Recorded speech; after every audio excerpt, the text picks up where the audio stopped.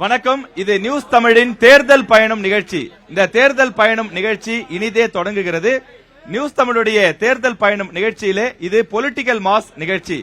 இந்த political mass நிகழ்ச்சி தமிழ்நாட்டின் பல்வேறு மாவட்டங்களில் நடைபெற்றுக் கொண்டிருக்கிறது. திருவள்ளூர், காஞ்சிபுரம், ராணிப்பேட்டை மாவட்டங்களை தொடர்ந்து இன்று நம்முடைய வேலூர் மாவட்டத்தில் நியூஸ் தமிழ் தேர்தல் பயணம் நிகழ்ச்சியை நடத்துவதில் பெருமை கொள்கிறது. ஏன் பெருமை கொள்ளுது அப்படின்னா, தமிழ்நாட்டில் எத்தனையோ மாவட்டங்கள் இருந்தாலும் வேலூர் மாவட்டத்துக்கு என்று ஒரு தனி சிறப்பு இருக்கு. நல்லாவே கைத்தட்டலாம். வேலூர் மாவட்ட மக்கள் தாராளமாக கைத்தட்டலாம். ஏன் சிறப்பு? என்ன சிறப்பு? மற்ற மாவட்டங்களுக்கு இல்லாத சிறப்பு வேலூருக்கு மட்டும் என்ன இருக்கு? ஏன்னா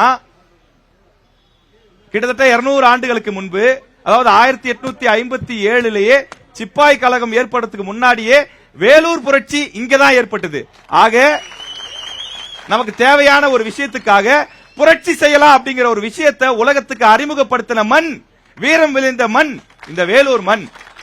அப்படிப்பட்ட சிறப்பு மிக்க இந்த வேலூர் மாவட்டத்தில் இங்க இருக்கக்கூடிய இந்த பிரம்மாண்ட கோட்டையில் யாருடைய கொடி பறக்க போகிறது?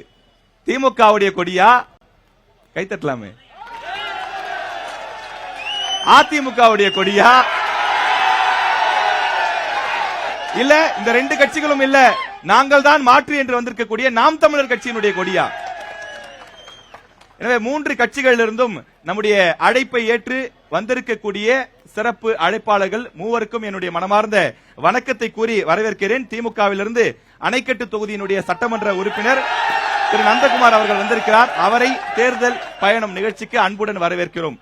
அதே போல அதிமுகவிலிருந்து வேலூர் மாநகர மாவட்ட செயலாளர் திரு SRK அப்பு அவர்கள் வந்திருக்கிறார். அவரை அன்புடன் வரவேற்கின்றோம். நாம் தமிழர் கட்சியிலிருந்து வழக்கறிஞர் கலையேந்திரி கேவிக்குப்பம் தொகுதியினுடைய வேட்பாளராக நிறுத்தப்பட்டிருப்பவர், அவரையும் அன்புடன் வரவேற்கிறோம். வேலூர் மாவட்டத்துக்கு திமுக செய்தது என்ன? நீங்க செய்ததுனால வேலூர் மாவட்டம் வளர்ச்சி அடைந்திருக்குன்னா என்னென்ன விஷயங்களை பட்டியலிடுங்க? அனைவருக்கும் வணக்கம். முதலிலே கழகத்தோர் இதெல்லாம் குறைச்சிடணும். ஓகே. முதலிலே திராவிட முன்னேற்ற கழகத்தைச் சேர்ந்த வருகை தந்திருக்கக்கூடிய நிர்வாகிகள் அனைவருக்கும் நான் கேட்டுக்கொள்வது, இது ஒரு விவாத மேடை. தலைவர் கலைஞர் அரசு, தலைவர் தளபதி அரசிலே கொண்டு வரப்பட்டிருக்கக்கூடிய திட்டங்களை பற்றி குறிப்பிடக்கூடிய நமக்கு கொடுக்கக்கூடிய வாய்ப்பு. தயவு கூர்ந்து அவர்கள் கொடுத்திருக்கக்கூடிய சாதனைகளை சொல்வார்கள், நாம் அரசு கொண்டு வந்திருக்கக்கூடிய சாதனைகளை நாம் சொல்வோம். ஆகவே விவாதம் சூடாக இருந்தாலும் யாரும் அமைதியாக இருந்து அந்த கருத்துக்களை கேட்க வேண்டும் என்று திராவிட முன்னேற்ற கழகத்தைச் சேர்ந்த கழகத்தோர்களுக்கு கடமை, கண்ணியம், கட்டுப்பாடோடு நடந்து கொள்ள வேண்டும் என்று உங்களை நான் கேட்டுக்கொள்கின்றேன். மேலும் நாங்க பேசிக்கிறோம், இருக்கக்கூடிய அரசின் சாதனைகளை நான் சொல்கின்றேன். முதலிலே நம்முடைய நியூஸ் தமிழ் தொலைக்காட்சிக்கு வேலூர் மாவட்டத்திற்கு வருகை தந்திருக்கக்கூடிய உங்கள் குழு அனைவருக்கும் எங்களுடைய மாவட்டத்தின் சார்பில் உங்களை வருக வருக என்று வரவேற்று, எங்களுக்கு ஒரு வாய்ப்பு, தலைவர் தளபதி அரசு செய்திருக்கக்கூடிய சாதனைகளை சொல்வதற்கு 3 நிமிடம் தந்திருக்கின்றீர்கள். 3 நாள் சொன்னாலும் போதாது, 3 நிமிடம் தந்திருப்பதற்கு உங்களுக்கு என்னுடைய நன்றி. சுருக்கமாக சொல்கின்றேன். என்னை இந்த இடத்தில் பேசுவதற்கு எனக்கு வாய்ப்பளித்த மாண்புமிகு தமிழ்நாடு முதலமைச்சர் அவர்களுக்கும், மாண்புமிகு துணை முதலமைச்சர் அண்ணன் உதயநிதி ஸ்டாலின் அவர்களுக்கும், கழகத்தோர்களுக்கும், என்னை இந்த இடத்தில் பேசுவதற்கு வாய்ப்பளித்த என்னுடைய அணைக்கட்டு தொகுதி மக்களுக்கும் என்னுடைய நெஞ்சார்ந்த நன்றியை நான் தெரிவித்துக் கொண்டு, இந்த வேலூர் மாவட்டம் வெயிலூர் மாவட்டம், இந்த வேலூர் மாவட்டத்தில் 2011 மாண்புமிகு தமிழ்நாடு முதலமைச்சராக தலைவர் கலைஞர் பொறுப்பேற்ற பொழுது குடிப்பதற்கு தண்ணீர் மிக பிரச்சனையாக இருந்தது. அன்றைக்கு 2011 மாண்புமிகு துணை முதலமைச்சராக இருந்த இன்றைய முதலமைச்சர் அவர்கள் குடிப்பதற்கு ஒக்கனிக்கல் கூட்டு குடிநீர் திட்டத்தை சற்றேறக்குறைய 1300 கோடி ரூபாய் அளவிற்கு கொண்டு வந்து கொடுத்த திட்டம் இன்றைக்கு எங்கள் வேலூர் மாவட்டத்தில் பெரும்பகுதியில் இருக்கக்கூடிய மக்கள் நல்லது ஒரு நீரை இன்றைக்கு குடித்துக் கொண்டிருக்கின்றார்கள். தலைவர் தளபதி அவர்கள் இப்பொழுது பொறுப்பேற்ற இந்த 4-5 வருட காலத்தில் வேலூர் மாநகரத்தில், குறிப்பாக ஒவ்வொரு தொகுதியையும் சொல்லிக் கொண்டு வருகிறேன், வேலூர் மாநகரத்தில் அடுக்கம்பாறைக்கு செல்ல வேண்டிய நிலை வேலூர் நகரத்தை தாண்டி செல்ல வேண்டும். வேலூர் சுற்றி இருக்கக்கூடிய மக்கள், இந்த பகுதியில் இருக்கக்கூடிய காட்பாடி மக்கள் எல்லாம் மருத்துவமனைக்கு வர வேண்டும் என்று சொன்னால் பென்ட்லண்ட் மருத்துவமனைக்கு வந்து கொண்டிருந்தார்கள். அந்த பென்ட்லண்ட் மருத்துவமனை அங்கே பழைய மருத்துவமனையாக இருந்ததை இடித்து இன்றைக்கு 190 கோடி ரூபாய் அளவிற்கு வேலூரில் பென்ட்லண்ட் அரசு மருத்துவமனையை கொண்டு வந்து தந்தவர் மாண்புமிகு தமிழ்நாடு முதலமைச்சர் அவர்கள். கடந்த திமுக ஆட்சியில் தொடங்கப்பட்ட பாதாள சாக்கடை திட்டம் தொடங்கப்பட்டு இடையிலே வந்த அதிமுக அரசு 10 வருட காலம் அவர்கள் இருந்தார்கள். அந்த டெண்டர் எடுத்த நபர் வேலை சரியாக செய்யவில்லை, வேலைகள் வாங்கவில்லை. வேலைகள் வாங்கியிருந்தால் அந்த 10 வருடத்திலே வேலூர் மாநகரத்தில் அந்த பாதாள சாக்கடை திட்டம் நிறைவேற்றி இருப்பார்கள்.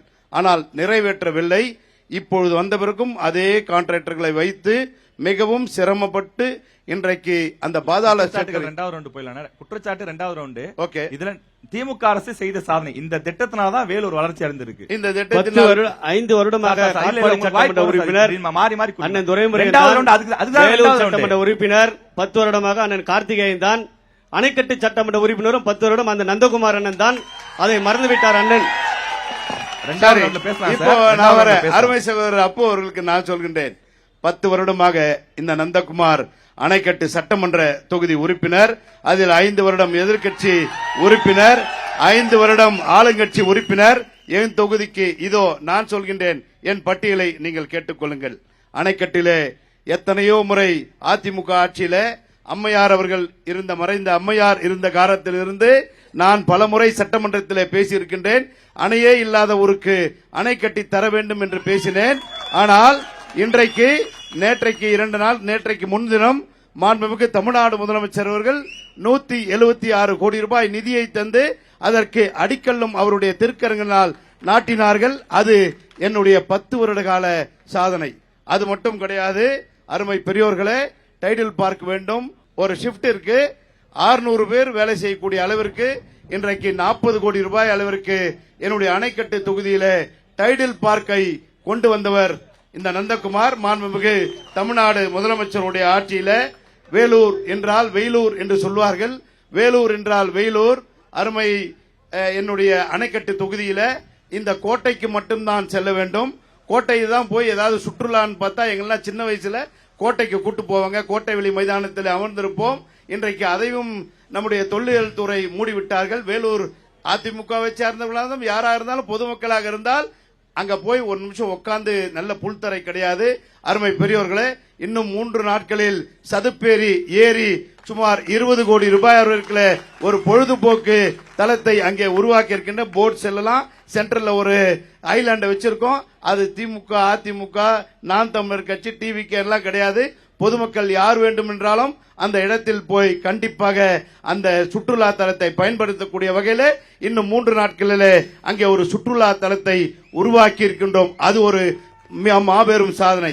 அடுத்த சாதனை சொல்ல வேண்டும் என்று சொன்னால், எங்க ஊர்ல நான் சொல்லுவேன், அணைக்கட்டுல ஒடுகத்தூரில் ஒருவருக்கு இரவில 12 மணிக்கு ஒரு ஹார்ட் அட்டாக் வந்திருதுன்னு சொன்னா 20 நிமிடத்தில் அடுக்கம்பாறைக்கு கொண்டு வேண்டும் என்று சொல்வார்கள். 20 நிமிடத்தில் ஒடுகத்தூர்ல ஒருத்தருக்கு ஹார்ட் அட்டாக் வந்துட்டு வண்டியில கூட்டு வந்தாங்கன்னா அணைக்கட்டு தாண்டறதுக்குள்ள 20 நிமிடம் முடிந்துவிடும், அந்த உயிர் போய்விடும்.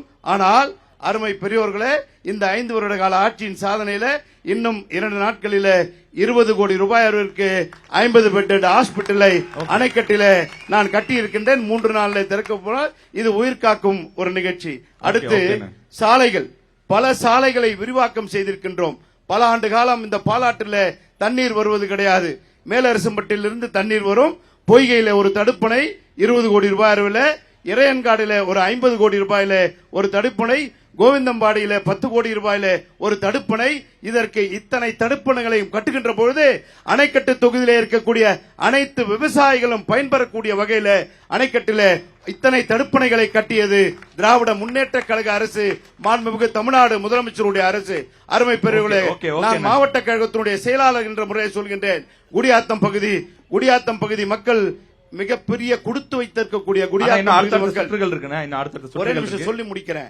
குடியாத்தம் பகுதியில் இன்றைக்கு எங்கே போனாலும் சாலைகளில் எப்ப பார்த்தாலும் ஒரு டிராபிக் ஜாம் இருக்கும். ஆனால் மாண்புமிகு தமிழ்நாடு முதலமைச்சர் வந்த பிறகு குடியாத்தத்தில் இங்கே அமர்ந்திருக்கக்கூடிய ராம் அவர்களுக்கும் தெரியும், குடியாத்தத்தில் இன்னைக்கு எந்த சந்தில எந்த பக்கம் போலாம், அத்தனை விரிவாக்க பணிகளை செய்திருக்கக்கூடிய அரசு மாண்புமிகு தமிழ்நாடு முதலமைச்சருடைய அரசு. நன்றி.